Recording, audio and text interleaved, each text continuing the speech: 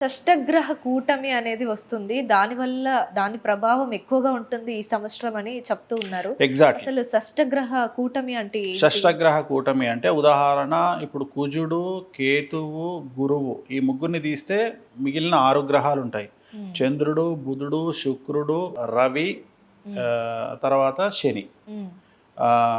మొత్తం 6 గ్రహాలు మనకు మీనరాశిలో కలిసి వస్తున్నాయి. ఓహో! సో 6 గ్రహాల్లో 2 గ్రహాలు రాహువు, శని నీచగ్రహం. హ్మ్. మిగిలిన గ్రహాలన్నీ కమాండ్ చేయబడి మొత్తం నెగిటివ్ రిజల్ట్స్ వచ్చేటువంటి అవకాశం ఉంది. సో షష్టగ్రహ కూటమి మీనరాశిలో వస్తుంది. అది కూడా ఉగాది నాడు వస్తుంది. ఓహ్! సో మరి అవును. ఏం జరుగుతుంది అంటే మస్ట్గా సఫర్ అయ్యే రాశులు మేషరాశి, సింహరాశి, హ్మ్. తులారాశి, ధనుస్సు రాశి, మీనరాశి.